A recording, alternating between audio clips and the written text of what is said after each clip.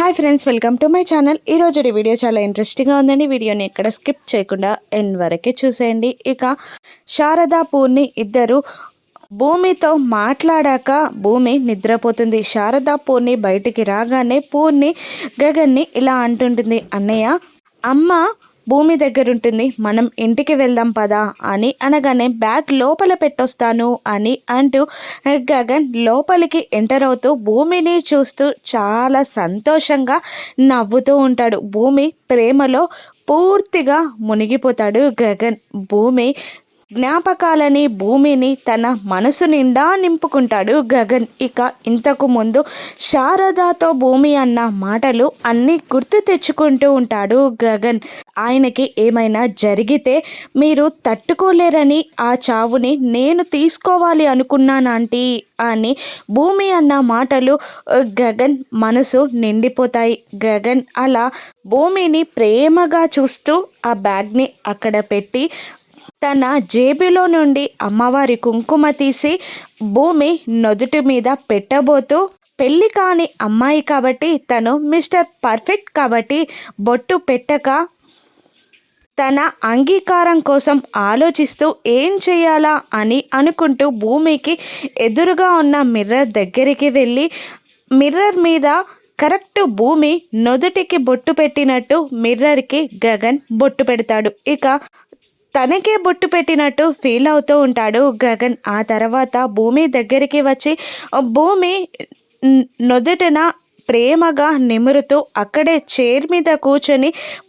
First నుంచి భూమికి తనకి ఉన్న జ్ఞాపకాలన్నీ గుర్తు తెచ్చుకుంటూ ఉంటాడు గగన్. ఓసారి శరత్ చంద్రతో గగన్కి గొడవ అవుతున్నప్పుడు శరత్ చంద్ర కర్రతో గగన్ని కొట్టబోతూ ఉండగా అప్పుడు అడ్డం వచ్చి తన తలని పగలగొట్టుకున్న భూమిని ఈసారి బుల్లెట్కి ఎదురు వెళ్ళి గగన్ ప్రాణాన్ని రక్షించి ఆ బుల్లెట్కి బలైన భూమిని గుర్తు తెచ్చుకొని, నువ్వుంటే నాకు ఇంకా ఏం జరగదు, నేను ధీమాగా ఉండొచ్చు, నువ్వు నా తోడుంటావా అన్నట్టు గగన్ మనసులో అనుకుంటూ భూమిని అలా ప్రేమగా చూస్తూ ఉండిపోతాడు గగన్. భూమిని తన మనసు నిండా కళ్ళ నిండా నింపుకొని తను ఎప్పుడు నాదైపోతుందా అని ఆలోచిస్తూ ఉంటాడు గగన్. మరోవైపు ఇందు వంశీల ఫస్ట్ నైట్కి పంతులు గారు పెట్టిన ముహూర్తం టైం రానే వచ్చేస్తుంది. ఇక వంశీ వాళ్ళ నాన్నగారు వంశీ బెడ్రూమ్ని మొత్తం డెకరేట్ చేస్తూ ఉండగా వాళ్ళ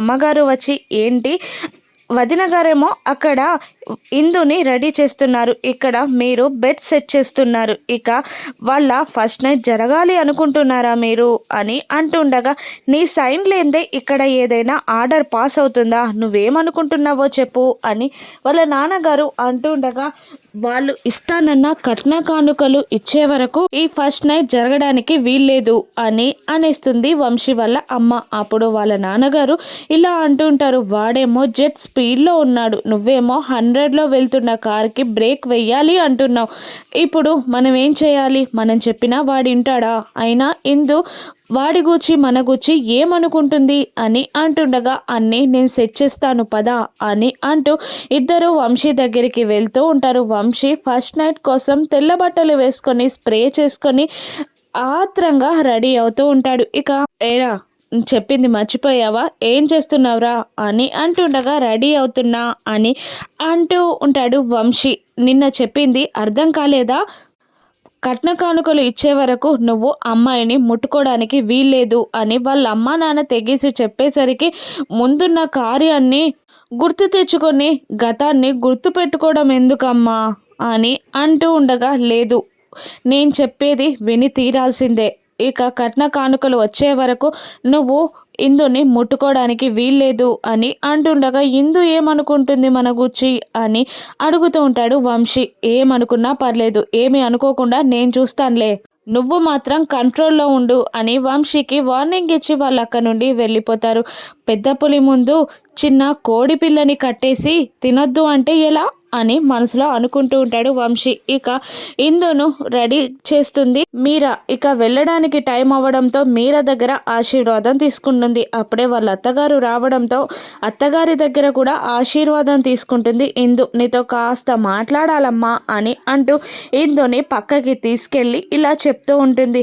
పెళ్లి బట్టలతో తిరుపతికి దర్శనానికి వెళ్ళడం మా ఆనవాయితీ, కానీ మీ పెళ్ళి అలా జరగలేదు కాబట్టి పెళ్ళి బట్టల్లోనే తిరుపతికి వెళ్ళి వచ్చే వరకు నువ్వు కాస్త వాడిని దూరం పెట్టమ్మా అనగానే అలాగే అత్తయ్య గారు అని ఒప్పేసుకుంటుంది ఇందు. ఇక పాల గ్లాస్ని ఇచ్చి గదిలోకి పంపిస్తుంది ఇందుని వాళ్ళ అత్తగారు. ఇక లోపలికి రాగానే యాపిల్ తింటున్న వంశీ యాపిల్ని పక్కన పెట్టేసి వెళ్ళి డోర్ క్లోజ్ చేసి చేతిలో ఉన్న పాల గ్లాస్ని తీసి పక్కన పెట్టేసి ఇందు దగ్గరగా రాబోతూ ఉంటాడు. అప్పుడు ఇందు వంశీని నెట్టేస్తుంది.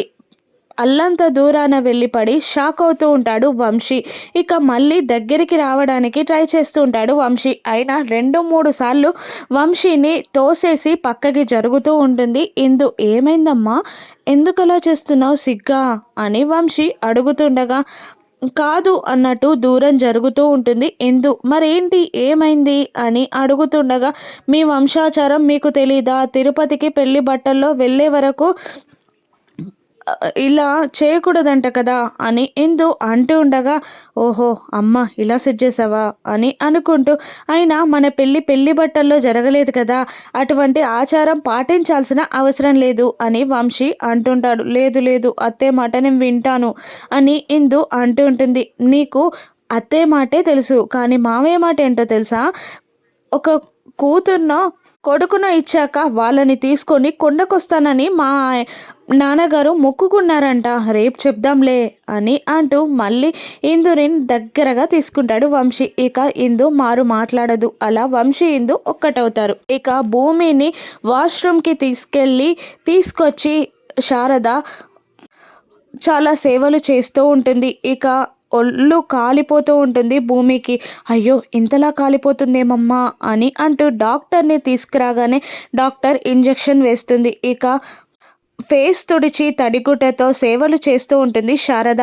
ఇక భూమి ఇలా అంటూ ఉంటుంది. పాలు తాగించిన తర్వాత శారద మిమ్మల్ని చాలా ఇబ్బంది పెట్టేస్తున్నానంటీ అని అంటూ ఏడుస్తుండగా ఆ కన్నీళ్ళేంటమ్మా అని అడుగుతూ ఉంటుంది శారద. మిమ్మల్ని చూస్తుంటే అమ్మ గుర్తొస్తుందా ఆంటీ, మిమ్మల్ని చాలా ఇబ్బంది పెడుతున్నాను అని అంటూ ఉండగా అదేంటమ్మా అలా మాట్లాడుతున్నావు, నా ఇంటిని నిలబెట్టింది నువ్వు, ఏది ఆలోచించకుండా పడుకో అని అనగానే భూమి పడుకుంటుంది. ఇక శారద భూమి కోసం జ్యూస్ తీస్తూ ఉంటుంది. అప్పుడే శరత్చంద్ర అపూర్వాన్ని తీసుకొని భూమి కోసం హాస్పిటల్కి వచ్చి అక్కడ శారద ఉండడం చూసి కోపంతో రగిలిపోతూ ఉంటాడు. దండ వేయాల్సిన దాని బట్టలు నేను తీసుకురావాల్సి వస్తుంది అని మనసులో అపూర్వ అనుకుంటూ ఉండగా నువ్వేం చేస్తావో నాకు తెలియదు అపూర్వ, కానీ తను ఇక్కడ నుండి వెళ్ళిపోవాలి, ఎవరి నీడ తన మీద పడకూడదు అనుకున్నానో తన నీడే నా కూతురు మీద పడింది అని శరత్చంద్ర అంటూ ఉండగా భలే బుష్టిచ్చావు బావా అని అనుకుంటూ అపూర్వ వెళ్ళి శారదాని అవమానిస్తూ ఉంటుంది. ఏంటమ్మా శారద ఇక్కడున్నావేంటి, నీ పడగనీడ పాపం భూమి మీద పడొద్దని మా ఆయన అనుకున్నారే, మా ఆయన చాలా ఖర్చు పెట్టి ఈ భూమిని బ్రతికించారు, అటువంటిది నువ్వు నీ బ్రతుకుతున్నావు కదా, భూమి బ్రతుకుని పాడు చేయడం ఎందుకు అని అంటూ ఉండగా ప్లీజ్ గట్టిగా మాట్లాడకండి, భూమి ఇప్పుడే కోలుకుంటుంది అని శారద అంటూ ఉండగా భూమి బ్రతకాలి అంటే నీడ తన మీద పడకూడదు కదా, అయినా నువ్వు అసలు మంచిదానివైతే కదా, మొగుడిని వదిలేశాక 2 పిల్లల్ని నువ్వు ఎలా పెంచగలిగావు, అయినా ఆడదానికి తెలివితో సంబంధం ఏంటి, అందం ఉంటే సరిపోతుంది కదా అని అంటూ శారదాని ఒక తప్పుడు దానిలాగా క్రియేట్ చేస్తూ ఉంటుంది అపూర్వ. ప్లీజ్ అలా మాట్లాడొద్దు, నేను తప్పు చేయలేదు, తప్పుడు దాన్ని చేసి నాతో మాట్లాడొద్దు అని అంటూ ఉంటుంది శారద. తప్పుడు దాన్ని అనకపోతే ఏమంటారు, మా ఆయన భూమిని కాపాడడానికి ఇంత ఖర్చు పెడితే నువ్వంతా నాశనం చేస్తుంటే ఎలా అని అపూర్వ మాట్లాడుతుండగా వెక్కి ఏడుస్తుంటుంది శారద. శారద ఏడుపు విని భూమి లేచి ఆంటీ ఏమైంది, ఎందుకు ఏడుస్తున్నారు అని అంటుండగా తప్పు చేసిన దాన్ని తప్పుడుది అంటే ఏడుస్తుందేంటి అని అపూర్వ మళ్ళీ అనగా తప్పు గుచ్చి మాట్లాడుతుంటే చాలా విచిత్రంగా ఉంది అని అపూర్వ గుచ్చి భూమి అంటూ ఉండగా మళ్ళీ శారదాని అవమానిస్తూ ఉంటుంది. అపూర్వ ఆ అవమానాన్ని తట్టుకోలేక ఏడుస్తున్న శారద వైపు భూమి వద్దండి ప్లీజ్ ఏడవకండి అని అంటూ ఉండగా ఎలాగైనా ఇంకా అవమానించాలని ట్రై చేస్తుంటుంది. అపూర్వ నువ్వెందుకు వచ్చావు ఇక్కడికి అని భూమి అడుగుతుండగా మీ నాన్న తీసుకొచ్చాడు అందుకే వచ్చాను, ఇక్కడ నుండి ఈవిడని పంపించడానికి ట్రై చేస్తున్నా అని అపూర్వ అనగానే శారద ఏడుస్తూ అక్కడి నుండి వెళ్ళిపోతుంది. శారద వెళ్ళిపోవడం చూసి శరత్చంద్ర సంతోషపడుతూ ఉండగా భూమి మాత్రం బాధపడుతూ ఉంటుంది. ఇది మళ్ళీ గగన్ కోపానికి కారణం కానుందా? గగన్ భూమి మళ్ళీ దూరం అవుతారా? ఇప్పుడు భూమి ఎక్కడ ఉంటుంది? గగన్ ప్రేమని భూమి ఎలా గెలుచుకుంటుంది?